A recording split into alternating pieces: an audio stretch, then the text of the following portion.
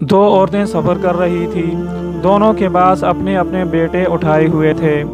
भेड़िया आया और एक औरत से उसका बच्चा छीन कर चला गया। अब जो बाकी रह गया, उस बच्चे के बारे में दोनों औरतें झगड़ने लगी। हर एक का दावा ये था कि ये बाकी रह जाने वाला बच्चा मेरा है, तेरा बेटा भेड़िया लेकर चला गया। अब ये मुकदमा हज़रत दाऊद अलैहिस्सलाम की खिदमत में पेश हुआ। हज़रत दाऊद अलैहिस्सलाम ने बड़ी औरत के हक़ में फ़ैसला दे दिया, बेटा उसे दे दिया।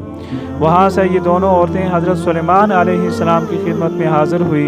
हज़रत सुलेमान अलैहिस्सलाम ने वाक़या सुनने के बाद कहा कि छुरी लाओ, मैं इस बच्चे के दो टुकड़े करता हूँ, एक एक को देता हूँ, एक दूसरी को देता हूँ। जो छोटी उम्र वाली औरत थी उसने कहा, अल्लाह आप पर रहम करे, आप ऐसा न करें, ये इसी को दे दें। हज़रत सुलेमान अलैहिस्सलाम समझ गए और बच्चा छोटी को दे